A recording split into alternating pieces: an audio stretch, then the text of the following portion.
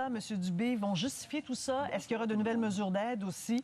On écoute le point de presse ensemble, on se retrouve. Parler de la pandémie, je voudrais dire quelques mots sur ce qui est arrivé encore une fois à 2 femmes, 2 meurtres chez nous. Ça n'a pas de bon sens. En 2021, j'ai le goût de parler aux hommes, d'homme à homme. Il n'y a rien de masculin, il n'y a rien de viril à être violent avec une femme. Au contraire, moi, je trouve ça lâche. Il est temps que les hommes, on se mette ensemble, puis qu'on se dise, on va parler à nos garçons, on va parler à nos chums, mais ça n'a pas de bon sens qu'en 2021, on vive comme des barbares. On est dans une société civilisée, puis toutes les femmes, puis tous nos enfants ont le droit à un milieu sécure. Donc, passons le mot et espérons que les mesures aussi qu'on met en place pour les centres d'hébergement pour les femmes, que la situation enfin s'améliore. Revenons maintenant à la pandémie. De manière générale, ce qu'on a vu au cours des dernières semaines, c'est qu'il y a eu une baisse, vous l'avez vu à chaque jour, une baisse importante du nombre de cas d'hospitalisation. Par contre, depuis une dizaine de jours, ça s'est stabilisé. Donc, au total, puis on le voit en particulier dans certaines régions, ça s'est stabilisé. Donc, il n'y a plus de baisse de cas et d'hospitalisation.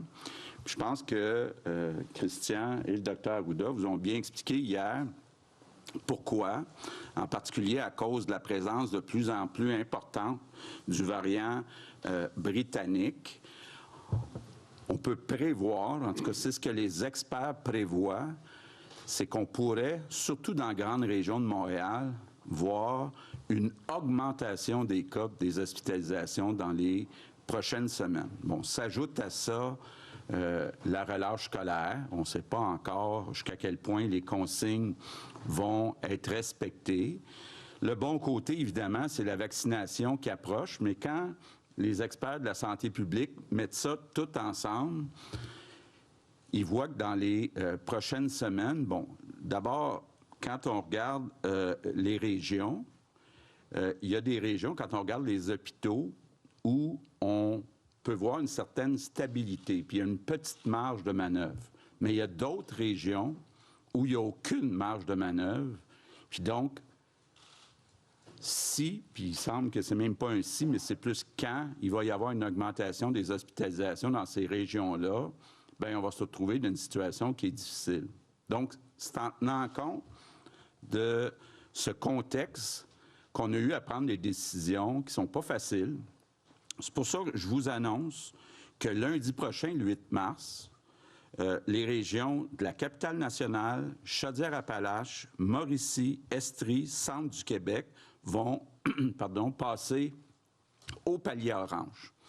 Donc, ces régions-là, ça veut dire que les gyms, les sports à 2, les salles de spectacle, les restaurants vont pouvoir rouvrir, donc dès lundi prochain jusqu'à 9 h le soir. Puis le couvre-feu va passer à 9 h 30 le soir dans ces régions-là. Je rappelle que dans les zones oranges, les enfants qui sont avant la 5e année n'ont pas à porter de masque. Puis on a fait aussi un accommodement dans toutes les zones oranges. Le nombre de personnes maximum dans les lieux de culte va passer de 25 à 100. Donc ça, c'est pour Québec, Capitale-Nationale, Chaudière-Appalaches, Mauricie, Estrie et Centre du Québec. Maintenant, pour ce qui est de Montréal, Laval, Montérégie, Lanaudière, Laurentides, la santé publique prévoit que dans les prochaines semaines, il va y avoir une augmentation des cas et des hospitalisations. Donc, on ne peut pas, dans cette situation-là, changer la couleur de ces zones. Donc, ces zones vont rester rouges par prudence. Par contre, on est en train d'examiner 3 sujets qui reviennent beaucoup. Entre autres, j'en parle avec beaucoup de nos députés. D'abord, le sport. bon, vous dire, les gens qui me connaissent savent, je fais beaucoup de sport, j'aime le sport. Le sport, c'est important, il n'y a rien de mieux pour faire baisser le stress. Le sport, c'est important pour la santé mentale, mais on va tous convenir qu'il y a au moins certains sports où les rapprochements peuvent apporter une contagion. Donc, on a eu beaucoup de discussions avec la santé publique. La santé publique est d'accord qu'à partir du 15 mars, partout au Québec, on va pouvoir commencer le parascolaire. Parascolaire, c'est plus que les sports, ça inclut même les sorties publiques, mais je pense que ça va faire du bien aux jeunes. C'est plus facile un peu dans les écoles d'avoir un cadre qui est bien contrôlé, donc les consignes bien respectées dans les écoles. Et on va aller plus loin que ça. On va poursuivre dans les prochains jours les discussions, entre autres avec les fédérations sportives, avec la ministre du Sport, Isabelle Charret. Puis on vous promet la semaine prochaine d'arriver avec un plan complet de déconfinement progressif dans le secteur du sport qui est tellement important pour la santé mentale de tous les Québécois, mais en particulier chez les jeunes. On va aussi continuer de travailler sur les salles de spectacle, les lieux de culte, pour voir dans les zones rouges ce qu'on est capable de faire. Mais on veut voir les impacts de la semaine de relâche. Cette semaine, là, il y a une grosse inconnue. Est-ce que les consignes vont être respectées ou ça va être comme dans le temps des fêtes?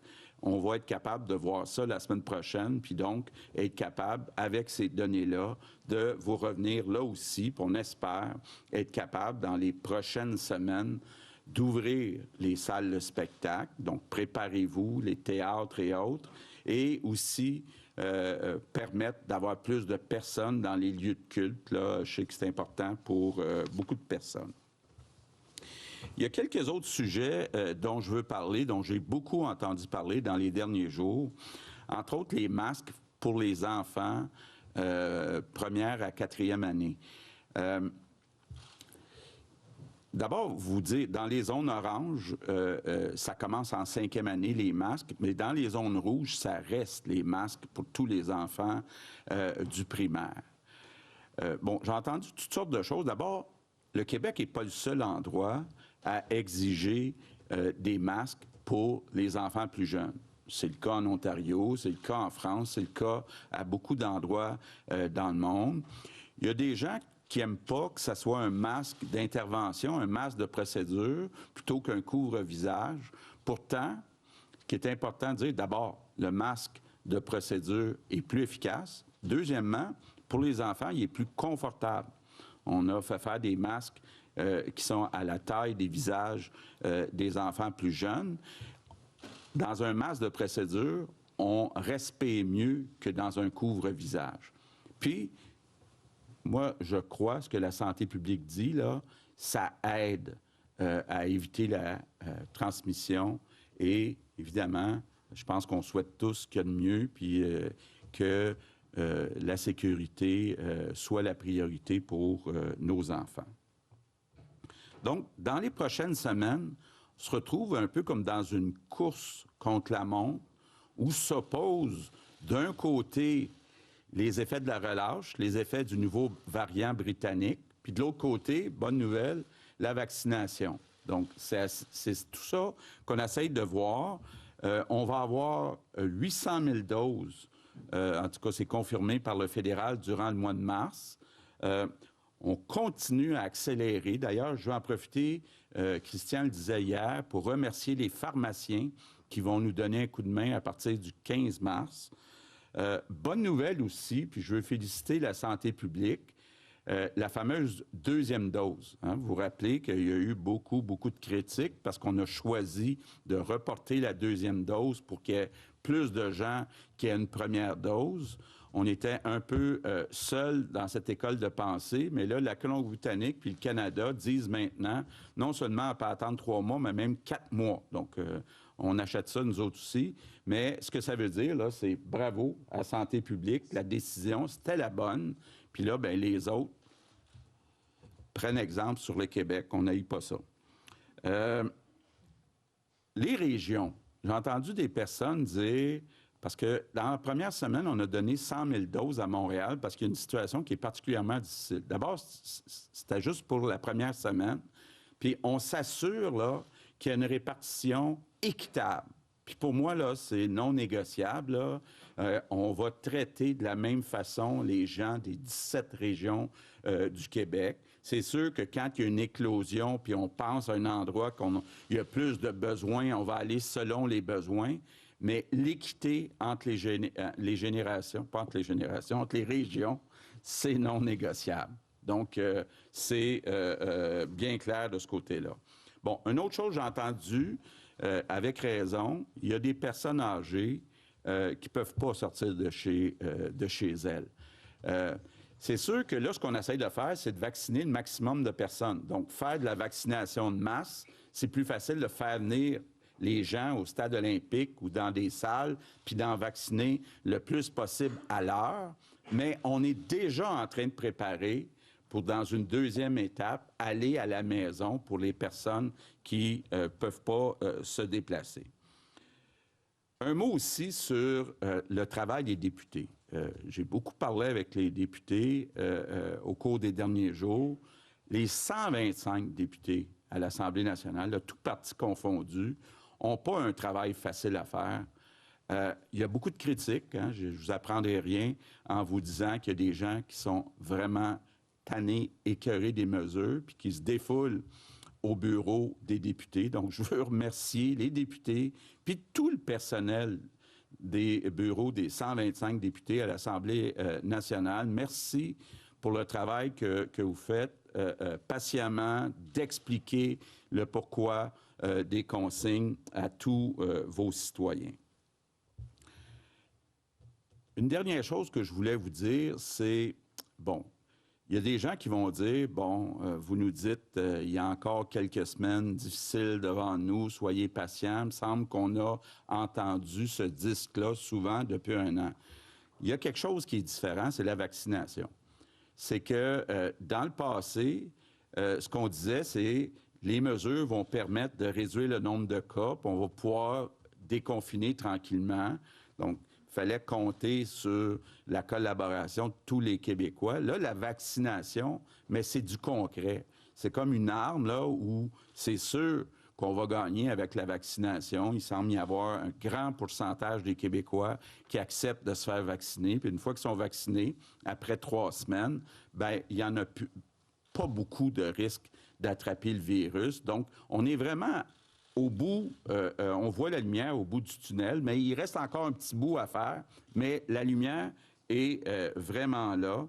Et ça serait plate qu'on perde après 1 an d'efforts parce qu'on refuse de faire des efforts dans les dernières semaines. Donc, moi, ce que je veux vous dire, c'est d'abord merci pour votre patience, votre résilience. Puis moi, je suis convaincu qu'on est capable, dans les prochaines semaines, de gagner, mais pour ça, il faut gagner ensemble. Donc, merci tout le monde. Good evening, everyone. Bonsoir à chacun, chacune. Nous avons vu une baisse dans les nouveaux cas d'infection et d'hospitalisation depuis quelques semaines, mais depuis 10 jours, on dirait que cela s'est stabilisé. Nous craignons qu'on pourrait voir un retour vers la hausse avec la relâche scolaire et le variant britannique. La vaccination se passe bien, mais nous avons encore quelques semaines critiques devant nous. Il nous faut demeurer très prudents, surtout dans la grande région montréalaise. J'annonce qu'à partir de lundi prochain, la capitale nationale, Chaudière-Appalaches, Mauricie, Estrie, centre du Québec et les Laurentides vont passer en couleur orange. Et on pourra avoir jusqu'à 100 personnes dans les lieux de culte dans les zones oranges. Mais j'aimerais être bien compris, les rassemblements sont toujours interdits. Et cela partout. Maintenant, pour ce qui est de Laval, Montréal, la Naudière, les Laurentides et la Montérégie, pardon, dans le premier groupe, les Laurentides ne sont pas là, les Laurentides sont dans le deuxième groupe. Donc, Montréal, Laval, la Naudière, Laurentides et la Montérégie. Les autorités sanitaires nous disent qu'il y aura une augmentation des nouvelles infections et des hospitalisations dans les semaines à venir. Donc, il nous faut maintenir ces régions dans la catégorie rouge. J'aimerais parler des sports maintenant. Je sais à quel point il est important, surtout pour les jeunes, mais il nous faut comprendre que certains sports peuvent augmenter la contagion. Et il nous faut demeurer très prudents et faire preuve d'étapisme, mais nous devrions pouvoir lever quelques restrictions dans les semaines à venir. Cela va débuter avec les sports à l'école, qui seront permis à partir du 15 mars. Et nous allons annoncer un plan de réouverture sportif la semaine prochaine. Donc, c'est encore une course contre la montre. D'un côté, il y a les variants et les effets de la relâche scolaire du mois de mars, et de l'autre côté, il y a la campagne de vaccination, et nous voyons certainement la lueur au bout du tunnel. Et si nous faisons preuve de solidarité, je pense que nous pourrons gagner. Je vous remercie de votre patience, de votre résilience depuis l'année dernière, et nous allons bientôt nous en sortir ensemble. Je vous remercie.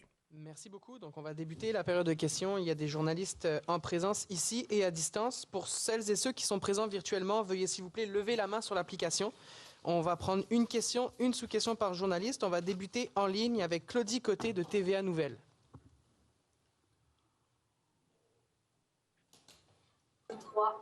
Alors, ma question est pour vous, M. Legault. Quels sont les risques qu'on retourne en arrière dans les prochaines semaines pour ceux qui passent à l'orange? Bon, il faut comprendre là, qu'on a une période d'à peu près un mois devant nous autres qui est risquée parce que les personnes vulnérables, là, ça va être à peu près la période dans laquelle elles vont être vaccinées. Donc, si jamais il y avait une détérioration, bien, on a un peu de marge de manœuvre dans les nouvelles zones qu'on met orange. Par contre, pourquoi on laisse les autres zones rouges? Parce qu'il n'y a pas de marge de manœuvre. Donc, on est confortable avec l'annonce d'aujourd'hui. Évidemment, ceux qui passent à l'orange vont être contents, mais il y en a malheureusement qu'on doit garder dans le rouge. On pense que c'est un risque qui est bien calculé. Justement, vous avez dit que vous prévoyez dans certaines régions, là, Laurentides, Lanaudière, notamment, une augmentation du nombre de cas et d'hospitalisation. J'aimerais vous entendre là-dessus. Pour l'instant, ils ont un bilan qui est plutôt favorable. Alors, qu'est-ce que vous prévoyez? Combien de cas? Est-ce qu'il y a des variants dans ces endroits-là? Puis est-ce qu'il y a des éclosions qu'on ne connaît pas encore? Si je peux me permettre de répondre, Monsieur le Premier ministre, il faut voir que les projections qu'on a eues ont des énormes intervalles de confiance. Mais ce que je voudrais vous dire, ce qui va nous aider, c'est clair que dans le rouge, compte tenu de la concentration de variants, puis il y a des éclosions dans ces territoires-là. On sait qu'il y a eu des variants dans des éclosions au niveau scolaire, etc. Ce qui va nous aider, c'est qu'il y a toute une série de mesures. Hein. Je veux juste que vous compreniez que quelque part, même, il y a toute une série de mesures qui sont encore en maintien. Et je pense qu'avec une capacité de traçage, de dépistage des équipes de santé publique, en contrôlant les éclosions, en respectant les consignes qu'on vous dit, on a le couvre-feu qui est maintenu, c'est pas pour rien, c'est pour éviter les rassemblements, la transmission communautaire.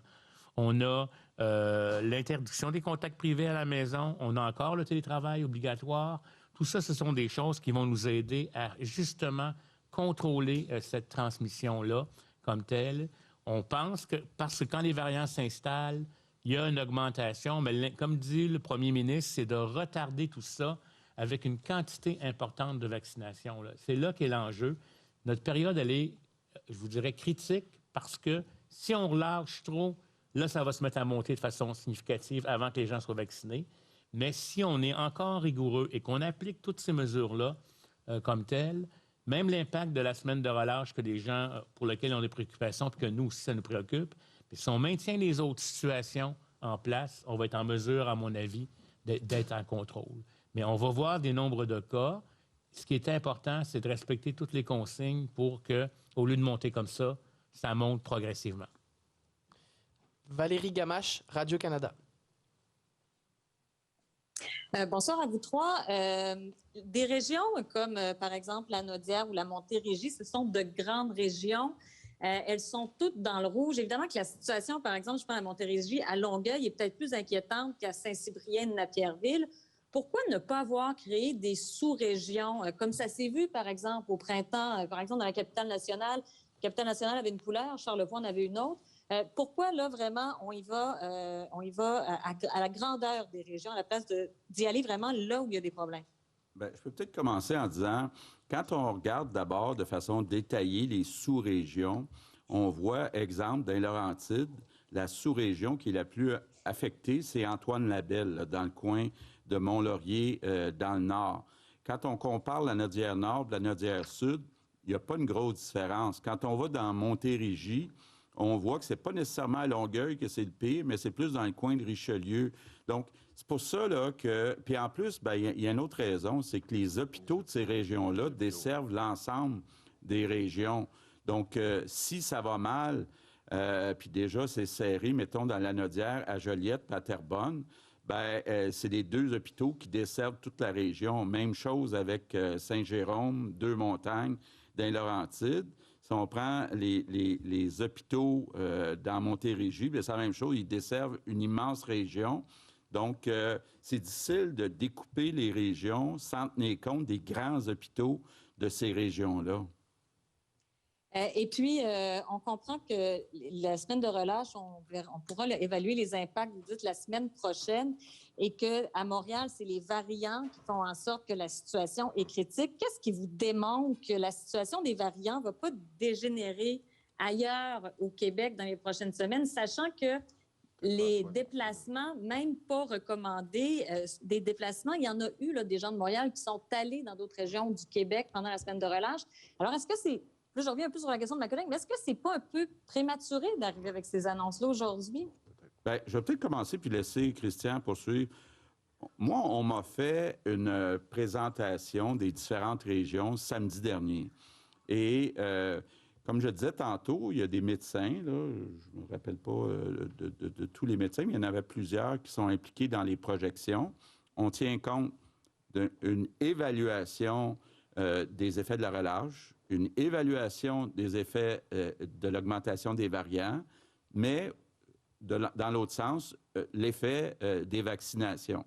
Puis tout ça mélangé ensemble dans leurs projections pour les prochaines semaines, bien, ça montre qu'il y a une stabilisation puis une certaine marge de manœuvre dans les premières régions comme Québec, Chaudière-Appalaches, mais qu'il y a une augmentation de prévu, par exemple, à Montréal dans les prochaines semaines. Donc, eux, ils ont fait ça de façon détaillée. Peut-être que Christian pourrait en ajouter sur comment c'était fait. Bien, peut-être le seul point que je voulais faire, c'est que comme on le fait à chaque semaine, ces documents-là vont être disponibles le jeudi matin. Alors, autant les simulations, le docteur, entre autres, dont vous parliez, le docteur Brisson, dont plusieurs ont vu les analyses qu'il a faites au cours des derniers mois. Alors, demain matin, en même temps que les résultats de l'INES là, qui fait la mise à jour sur les hospitalisations, bien, ces documents-là vous seront disponibles demain matin. Et c'est là qu'on voit très bien le peu de marge de manœuvre qu'on a dans le Grand Montréal, alors qu'on avait cette marge de manœuvre-là dans le reste du Québec. Puis je pense que tous ces simulations-là qui ont été faites et refaites au cours des dernières semaines tiennent compte de plusieurs facteurs. Alors je pense que ça va être rendu disponible demain matin. J'aimerais quand même ajouter là, qu'on assouplit, mais on ne relâche pas. Là. Je voudrais quand même que vous compreniez qu'au Québec, on maintient des mesures relativement sévères par rapport à d'autres milieux ailleurs. Les rassemblements sont vraiment pas permis. On veut pas que les gens... on veut que les gens maintiennent le télétravail actuellement. On veut que les gens aient de la distanciation, portent le masque. On ajoute le masque pédiatrique dans les écoles parce qu'il y a du variant qui circule actuellement pour protéger les enfants et les familles. Donc, ce n'est pas un relâchement, c'est toute une série de mesures qu'on va faire. Et c'est avec... Le variant, il est là. Ce qu'on peut faire, nous, du côté de la santé publique, c'est 1, agir rapidement. 2, si vous avez des symptômes, allez vous faire dépister rapidement, puis isolez-vous pour ne pas contaminer d'autres personnes. Et puis 3, bien, il faut respecter toutes les autres consignes. Et avec ça, on est capable d'assouplir, on est capable aussi de répondre à la détresse de santé mentale des jeunes, etc., en ajoutant des activités qui vont être à moindre risque pour la transmission de la maladie. Demain matin, il n'y aura pas des parties de hockey, là, malgré que tout le monde aurait bien envie d'en voir. Là. Désolé, M. le Premier ministre, mais ce n'est pas demain matin que ça va arriver. Il faut y aller progressivement par rapport à ça. Et l'épidémiologie à l'extérieur de la région métropolitaine, elle est différente. Elle nous donne encore plus de marge de manœuvre et il n'y a personne qui peut garantir qu'on ne reviendra pas au rouge dans ces régions-là. Ça, c'est très important. Mais c'est pour ça qu'il faut quand même donner un peu d'oxygène, si vous me permettez. Mais ce n'est pas le relâchement. Je veux insister là-dessus. Chacun des citoyens a un rôle à jouer. Vous avez des symptômes, vous pensez avoir été en contact avec un cas, allez vous faire dépister. On a de la capacité, là, on a de la place. Et c'est majeur que vous respectiez les consignes qui sont données. Puis l'autre élément que je veux vous dire, on va vacciner beaucoup au mois de mars. Tant mieux. Mais quand vous êtes vacciné, vous n'êtes pas protégé immédiatement. C'est un excellent vaccin, vous allez être protégé plus tard, mais vous pourriez encore transmettre la maladie à d'autres. C'est pour ça qu'il faut garder le masque, la distanciation et les consignes. Je veux le dire, là, parce que je ne voudrais pas que vous interprétiez aujourd'hui qu'on relâche. On assouplit avec un risque calculé. On ne peut pas se permettre la même chose dans la région de Montréal qu'au reste du Québec. Je sais que je suis long, mais c'est très important que les gens comprennent que cet équilibre-là, là, ce pont-là, là, ce dernier marathon, fin du marathon, là, c'est ça qui va nous empêcher de revenir en arrière puis de perdre tous les efforts qu'on a faits depuis un an. Philippe Bonneville, Cogeco Nouvelles. Bonsoir à vous trois. Bonsoir. Laval, Laurentides, Lanaudière, Montréal, Montérégie, ça représente quand même presque, quoi, c'est plus que 4 millions de personnes. C'est presque, bon, un peu plus que la moitié de la population du Québec. Des gens, M. Legault, à qui vous avez demandé au fil des mois là, de faire des efforts après la période des fêtes. Après ça, ça a été de poursuivre un autre mois en février. Après ça, ça a été la relâche scolaire que vous craignez. Et à chaque fois, vous faisiez miroiter des assouplissements, notamment après la relâche scolaire. Mais là, finalement, pour ces 4 millions de personnes-là, il n'y en a pas d'assouplissement ou presque rien. Est-ce que vous sentez une sorte, en bon québécois, d'écœurantite aiguë, là? Est-ce que vous craignez que ces citoyens-là se mettent à moins vous faire confiance quand vous leur faites miroiter certains assouplissements à venir? Bon, d'abord, si on parle des régions rouges, on va recommencer le parascolaire, les sports à l'école à partir du 15 mars. Deuxièmement, la semaine prochaine, on va annoncer des assouplissements dans le sport. Maintenant, le variant britannique là, est malheureusement présent dans certaines régions, puis il y a un risque réel de troisième vague. Donc, on n'a pas le choix actuellement. Puis je comprends que les gens sont tannés. On est tous tannés. Mais en même temps, il faut être capable de rester prudent. On ne veut pas se retrouver dans la situation qu'on avait en janvier dans nos hôpitaux et on ne veut pas continuer à délester des chirurgies puis des traitements dans nos hôpitaux de la grande région de Montréal. Donc, c'est pour ça qu'on est prudent. C'est pas pour le plaisir. Puis, bien, écoutez, le variant, il y a quelques mois, il n'y a personne qui parlait de ça. On a quand même ouvert certaines activités pour la relâche scolaire, puis on laisse ça ouvert. Donc, on pense aux patinoires, aux piscines municipales, au cinéma. Donc, il y a eu des efforts de fait, mais à un moment donné, à l'impossible, nul n'est tenu. Est-ce que je veux maintenant vous parler peut-être juste rajouter pour le pourcentage que vous dites, là, les régions qui passent à l'orange aujourd'hui représentent quand même une augmentation de 30 %. Rappelez-vous, lorsqu'on a fait les dernières annonces, on a dit qu'on avait 10 % de la population du Québec qui est en zone orange. On passe de 38 à 40 %. C'est quand même une très bonne... Donc, les gens qui ont respecté et qui ont fait les efforts qu'on peut rétribuer aujourd'hui, il y en a quand même 30 % de la population additionnelle. C'était une précision que je voulais faire. Pour ce qui est du couvre-feu, parce que vous allez convenir avec moi que c'est un des aspects les plus contraignants des mesures que vous avez mis en place. Il y a des gens qui commencent à trouver que c'est tôt, là, 20 heures, le soleil commence à se coucher un peu plus tard, le printemps s'en vient, on va changer d'heure bientôt d'ailleurs. Le variant, il est présent partout en Amérique du Nord, mais à peu près seulement au Québec où il y a un couvre-feu. Est-ce que pour les zones rouges, là, qui vont demeurer en rouge pour les prochaines semaines, est-ce que les gens doivent comprendre que tant et aussi longtemps que ce sera zone rouge, ce sera 20 heures le couvre-feu, ou si vous pourriez y aller de manière plus graduelle au fil des semaines et, disons, reculer le couvre-feu tranquillement mais sûrement, même si on est encore en zone rouge? Bien, écoutez, ça va dépendre de l'évolution du variant puis des effets de la relâche scolaire dans les prochains jours, là. C'est difficile de prévoir exactement où on va être. On sait qu'on a quelques semaines difficiles devant nous. Après ça, les personnes vulnérables vont être vaccinées, puis là, on va pouvoir enlever le couvre-feu. Mais pour l'instant, en tout cas, moi, ma priorité, ce que j'ai bien entendu, c'est qu'il faut ouvrir le sport. Là, on l'ouvre un peu avec le parascolaire. Puis la semaine prochaine, j'espère qu'on va pouvoir l'ouvrir beaucoup plus, mais on me parle beaucoup du sport. Puis là, bien, comme le disait Christian, on a 40 des Québécois qui vont avoir un couvre-feu à 9h30, à 21h30, au lieu de 20 heures. Donc, on évolue. Mais il y a encore quelques semaines, là, je dirais, il y a un bloc là, de 2 à 4 semaines qui est difficile devant nous. On va passer à François Gariepi de Radio X. Bonjour à vous trois. En fait, j'aimerais poser une question que tous les Québécois rêvent de poser. En fait, une question qui brûle les lèvres de tous les Québécois. Monsieur Arruda, est-ce que les nouvelles mesures annoncées aujourd'hui par M. Legault correspondent à vos recommandations? Tout à fait. Parce que ça correspond à nos recommandations. Je tiens à vous dire juste, par exemple, les directeurs de santé publique étaient absolument pas pour la segmentation des territoires parce que ça a créé des problèmes importants. La prudence dans la zone rouge a été revendiquée de façon très intensive par le directeur de santé publique des Laurentides, Lanaudière, Montréal, Laval, Montérégie. Et je pense que, quelque part aussi, on avait convenu, là, tout en sachant qu'il y avait un risque potentiel, mais beaucoup moins dans les zones oranges, là, c'est attaché, je vous dirais, avec toutes les régions comme telles. Fait que on est vraiment là, dans la même longueur d'onde de prudence. Puis on a tous, nous aussi, puis c'est pas pour pénaliser la région métropolitaine qu'on fait ça, là.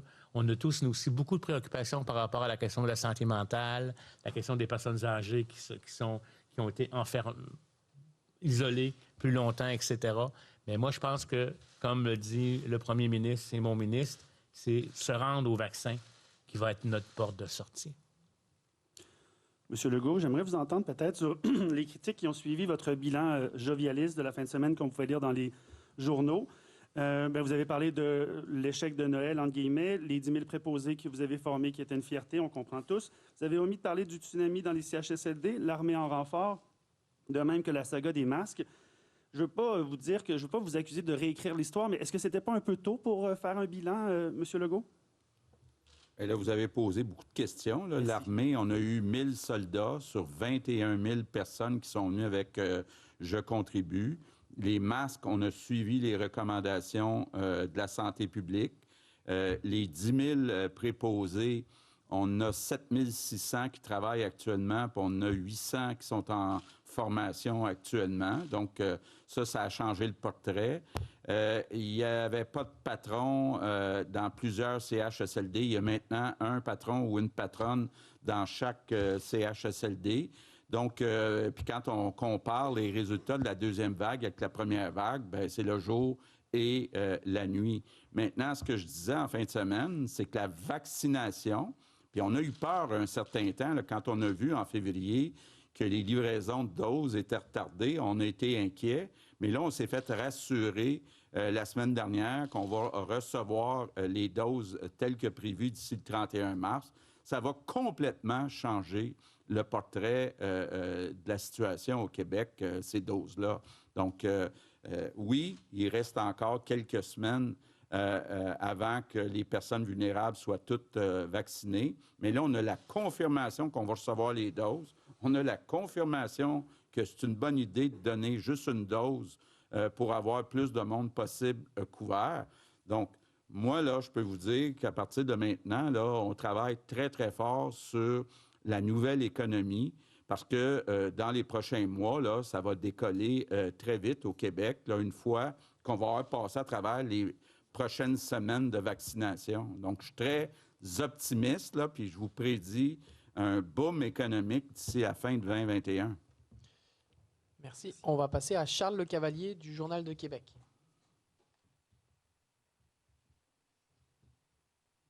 Oui, bonjour, M. Legault, M. Arruda, M. Dubé. Pourquoi ne pas faire passer certaines régions là, comme la Gaspésie, la Côte-Nord en zone jaune, alors que là-bas, il y a pratiquement plus de cas?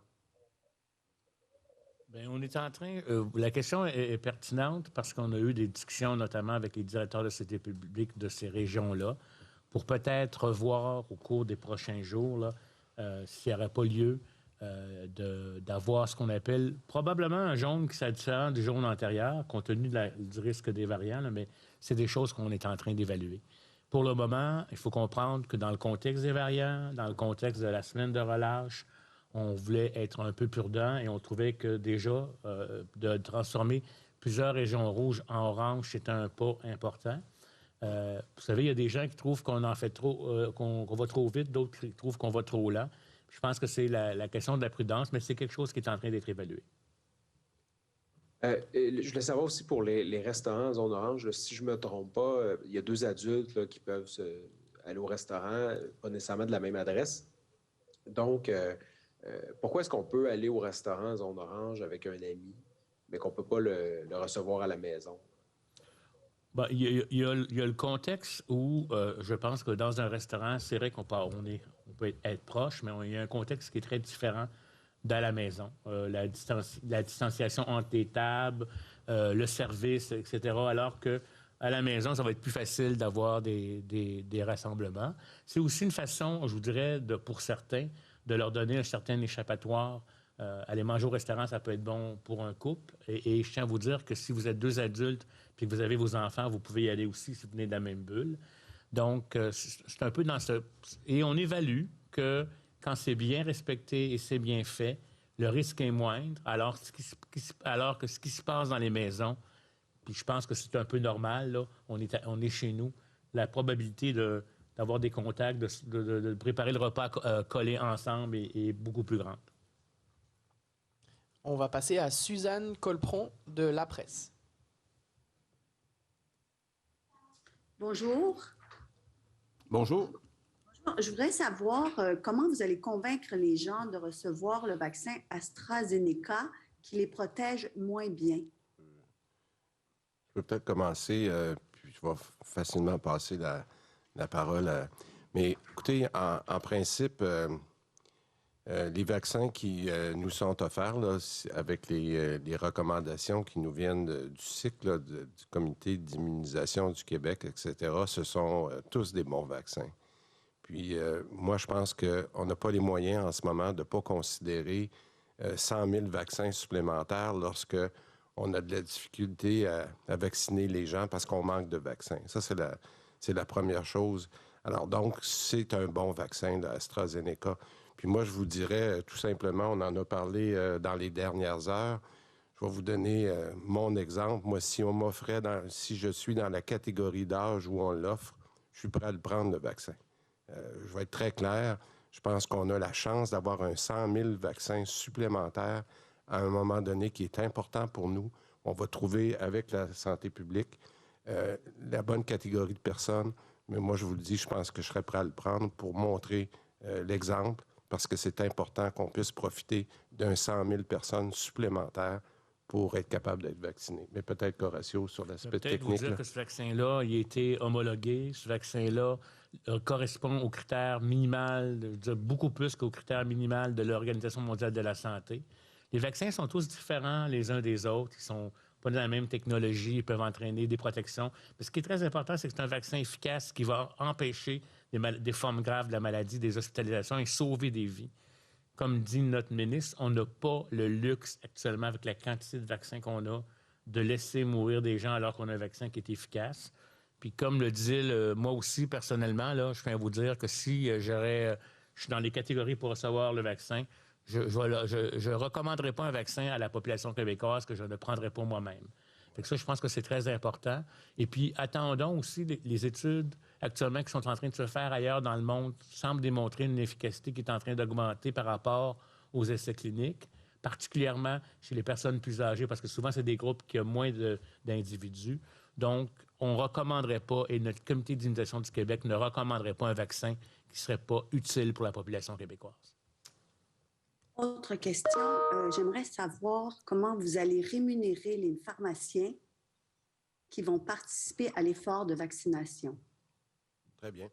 Alors, l'entente qu'on a signée au cours des derniers jours, là, qui est un peu semblable à l'entente qu'on avait eue pour l'influenza l'automne dernier, puis je donne un chiffre approximatif, là, c'est environ 30 millions de dollars pour 2 millions de doses qu'on va avoir. Donc, c'est le fédéral qui paye les vaccins, mais pour la vaccination elle-même, c'est 30 millions sur 2 millions de doses. On va passer à Stéphanie Marin de la presse canadienne. Oui, bonjour à tous les trois. Pour ma première question, je vais revenir à un sujet qui a déjà été évoqué par mes collègues. Jusqu'à maintenant, vous nous disiez qu'on allait voir les effets d'une nouvelle mesure sanitaire ou d'un événement comme Noël 2 semaines après. Or, vous prenez une décision maintenant pour l'après-semaine de relâche sans avoir vu l'effet de la semaine de relâche sur la situation épidémiologique. Qu'est-ce qui a changé? Êtes-vous maintenant capable de prévoir à l'avance comment la semaine de relâche va se manifester? Je vais peut-être reprendre, puis désolé là, d'avoir à attendre à demain matin parce que j'aimerais ça vous le présenter graphiquement. Ça serait plus facile si je pouvais vous le montrer à l'instant. Mais on a vraiment deux régions différentes, le Grand Montréal puis le reste du Québec. Puis comme le premier ministre l'a dit tout à l'heure, puis vous verrez dans les études demain matin, la marge de manœuvre qu'on a dans le reste du Québec, c'est-à-dire que même s'il y avait quelques variants, même s'il y avait une écoute moins importante pour les mesures sanitaires, dans le reste du Québec, on est capable de prendre cette marge de manœuvre-là. Il y a de l'espace. À Montréal, le moindrement que la semaine de relâche, les mesures ne sont pas suivies dans la semaine de relâche correctement. À mesure qu'on aurait plus de variants à Montréal au cours des prochaines semaines, on n'a pas cette marge de manœuvre-là. Donc, c'est pour ça qu'on garde ça très simple. Puis vous allez voir ces simulations-là qui ont été commandées par l'INSPQ et conduites par le docteur Brisson, le même médecin que vous avez vu produire les études des dernières semaines.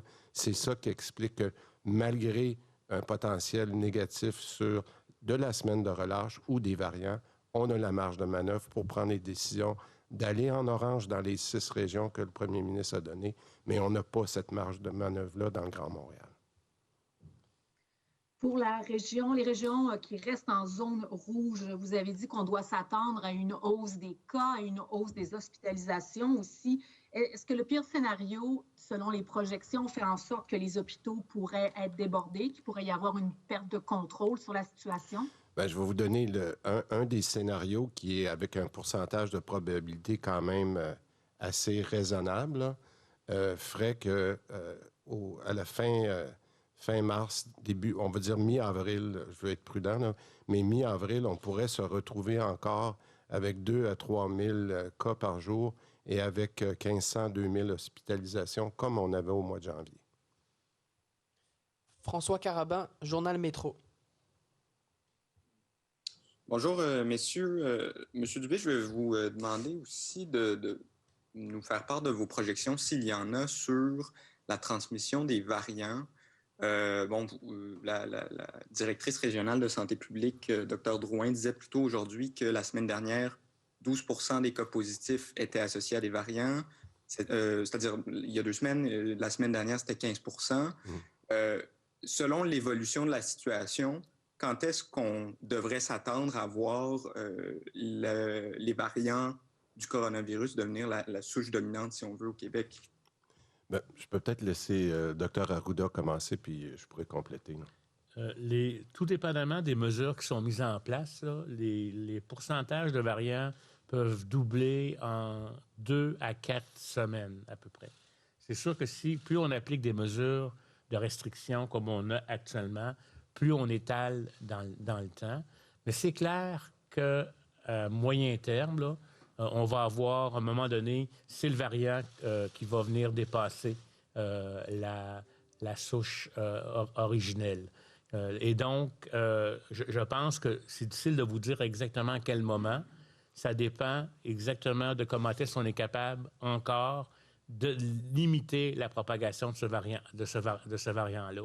Mais c'est clair qu'à un moment donné, en tout cas, si le virus se comporte comme il s'est comporté ailleurs, il va venir remplacer la souche, mais à ce moment-là, on aura des gens vaccinés et ce qui va aider à ce moment-là à empêcher la souche de se répliquer.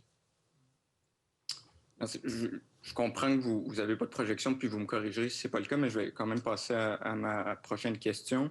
Monsieur Dubé, on apprend là, que le Comité national d'immunisation recommande de reporter la deuxième dose à 16 semaines après l'administration de la première.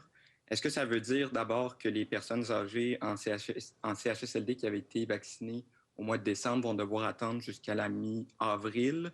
Et pourquoi prendre au final ce risque à nouveau là, de reporter la deuxième dose? J'apprécie beaucoup la question parce que je pense que c'est important. Le premier ministre, sur le premier point, encore une fois, je veux le rappeler, la position que la santé publique avait prise il y a quelques mois qui était difficile, là, de prendre la décision de retarder la deuxième dose jusqu'à 90 jours, qui est maintenant non seulement suivie par la Colombie-Britannique, mais qui semble être la position qu'a pris l'Institut canadien. Ça, je pense que c'est important de reconnaître que ça a été la bonne décision. Deuxièmement, il faut reconnaître aussi que la raison pour laquelle on fait ça, c'est pas juste pour se faire plaisir puis dire qu'on avait raison, mais dans notre cas en ce moment, là, c'est qu'on veut vacciner le plus de personnes possible, le plus rapidement possible, la première dose. De passer de 3 mois à 4 mois, donc ce qu'on va faire maintenant avec le fait que l'Institut canadien le recommande et l'accepte, ça va nous donner 250 000 personnes de plus qui vont être capables d'être vaccinées. Ça, de 250 000 personnes, là, c'est à l'intérieur de la tranche d'âge de 60 à 65 ans. C'est majeur.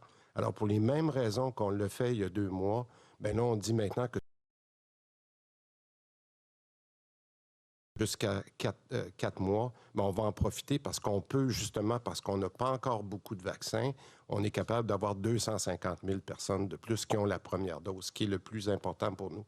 Et troisièmement, ce qu'on a décidé de faire, et on le fait par exception parce que c'est important pour nous, pour les personnes des 2 premiers CHSLD qui avaient été faits, à savoir Saint-Antoine et le Malmolide, qui étaient un peu nos projets pilotes, des gens qui avaient accepté de se faire vacciner. On se rappelle, là, le 14 décembre, on parle d'à peu près 400 personnes. Ils vont avoir la deuxième dose parce que les rendez-vous étaient prévus pour le début de la semaine prochaine. Toutes les autres personnes n'ont pas besoin d'appeler. On va les rappeler, puis on va ajuster les rendez-vous en conséquence parce qu'on pense qu'encore une fois, c'est la bonne décision à prendre. Puis je reconnais encore l'effort et le leadership de la santé publique qui a pris cette décision-là. Émilie Pelletier, du Journal Le Soleil. Alors voilà, vous venez d'entendre l'essentiel de ce point de presse et de ces annonces, ce qui confirme ce que notre collègue Sébastien Bovet nous disait un petit peu plus tôt aujourd'hui. On va regarder la carte, là, ce nouveau Québec divisé en 2, finalement, à compter du 8 mars, donc c'est très rapidement, c'est la semaine prochaine. Alors vous voyez, il y a tout un grand secteur là, du Québec qui va passer en zone orange avec les assouplissements qui y sont liés. Mais Montréal, Laval, la Montérégie, la Naudière et Laurentides, ça va rester en zone rouge. On vient de nous expliquer pourquoi pendant le point de presse, c'est que les prévisions des experts disent qu'il y aurait une hausse de cas à venir en raison de l'apparition des variants qui fait en sorte que le virus est beaucoup plus contagieux avec les variants. On va tout de suite retrouver notre panel. Alors, Hélène Buzetti, Michel Cauger, Christian Dufour, Sébastien Bovet qui sont avec nous. Michel, cette fois-ci, je commençais avec vous. Il y avait un grand message de prudence, hein? Et M. Arruda, M. Legault aussi l'ont répété. On assouplit, mais c'est pas un grand relâchement parce qu'il y a vraiment un risque de voir remonter les cas. Dans les projections dont parlait ici M. Dubé, dans les pires projections, c'est qu'on pourrait remonter à l'étape finalement du mois de janvier dernier avec du pratiquement 2000 cas par jour d'ici la fin avril. Oui, M. Arruda était très clair là-dessus. Les régions qui passent à l'orange aujourd'hui, plutôt lundi, peuvent retourner en rouge et ça pourrait arriver. Mais on craint beaucoup plus pour la région de Montréal, c'est très clair. Et pour la région de Montréal, on craint aussi une augmentation des hospitalisations. Puis on le sait depuis le début de la pandémie qu'on nous le dit, là, le variable clé, c'est le nombre d'hospitalisations. Et ça, ben, c'est une relativement mauvaise nouvelle parce que le variant britannique en particulier, celui qui semble être le plus implanté ici de loin, est très contagieux. Alors, on craint ça. M. Legault a dit on a une fenêtre de 2 à 4 semaines à passer. Après ça, ben, on peut penser qu'il y aura une amélioration. Je pense que c'est encore le principe de la lumière au bout du tunnel, là, mais là, il y a une lumière quelque part à cause de la vaccination, à cause de tout ça. Mais il y a encore un gros mot à tenir, c'est clair. Alors, c'est quand même beaucoup de monde. C'est 4 millions de personnes, Sébastien Bovet, qui vont rester en zone rouge, finalement. La question a été posée, pourquoi est-ce qu'on n'a pas découpé les régions un peu plus finement? Est-ce que vous avez jugé la réponse satisfaisante? Oui, c'est même 5,3 millions de personnes. Julie, c'est 60 de la population qui est en zone rouge, donc concentrée autour de Montréal.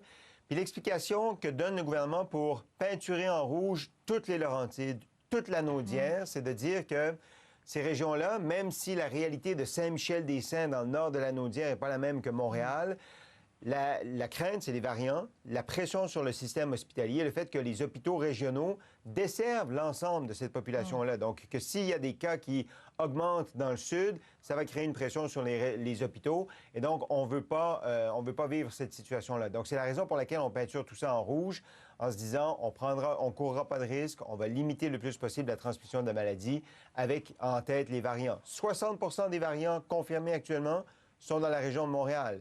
Puis je vous rappelle qu'il y a une espèce d'anomalie en Abitibi-Témiscamingue, qui a 40 cas de variants en ce moment. Donc vraiment, a priori, les variants sont concentrés dans la région de Montréal. Bon, Christian, maintenant, alors vous l'avez entendu, ça ne veut pas dire qu'on fait des rassemblements, ça ne veut pas dire qu'on invite des gens à la maison, même dans les zones oranges. Est-ce que le message va être bien compris? Est-ce qu'il n'y a pas des gens qui risquent de penser que, bien, écoutez, les chiffres sont bas dans ma région, donc ça veut dire que je peux reprendre ma vie normale? C'est vrai qu'il y a un danger, surtout avec la vaccination, parce qu'on a tendance à penser, évidemment, que si on est vacciné, le problème est réglé. Moi, j'ai trouvé qu'on était beaucoup dans le brouillard, dans l'incertitude dans ce point de presse-là. Et le premier ministre François Legault, tout particulièrement, me semblait très ambivalent.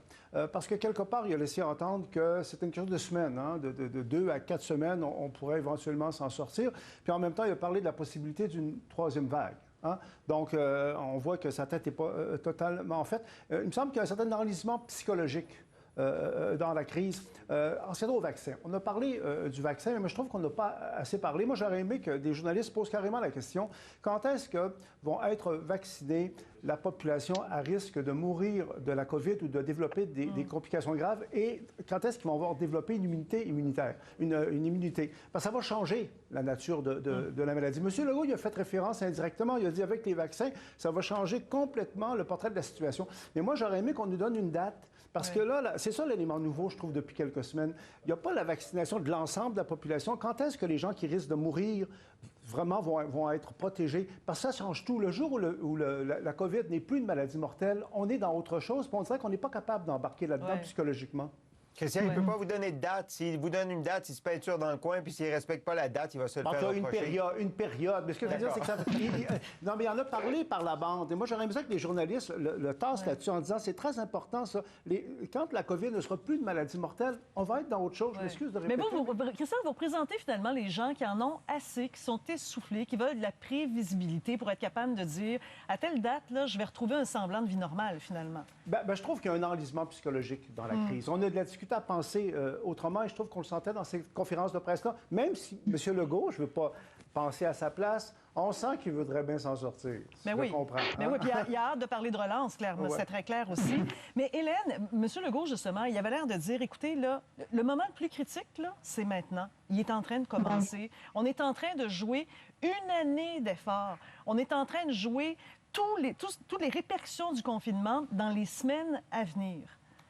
Oui, en fait, Christian parlait tout à l'heure d'un brouillard et je suis assez d'accord. Je trouve qu'aujourd'hui, le premier ministre a soufflé le chaud et le froid. Donc, d'une part, il nous annonce un certain déconfinement, même si mon monsieur Arruda ne veut pas qu'on parle de relâchement. Mais d'autre part, il nous a dit, bon, il n'est pas exclu qu'on revienne en zone rouge, une troisième vague n'est pas à écarter. Il y avait un certain ton un peu alarmiste et il reconnaissait lui-même que l'effet de la semaine de relâche va être connu plus tard. Mais c'est ça, on ne l'a pas encore. Je crois que c'était pas très clair. Exact. Alors, écoutez, on va se laisser là-dessus, mais on le fait rapidement, là, mais c'est vraiment, voici les paramètres dans lesquels on est. Il y a de l'espoir, ça s'en vient. Il y a des vaccins, ça s'en vient. Mais il y a les variants et il y a ces risques de voir les cas encore remonter et éventuellement l'apparition d'une redoutée troisième vague que personne ne veut voir, bien entendu. Merci beaucoup pour votre analyse aujourd'hui. Merci d'avoir été avec nous. Pour les téléspectateurs de RDI, on s'en va à Zone Économie. Pour ceux de Radio-Canada, on s'en va au Téléjournal Montréal. Merci.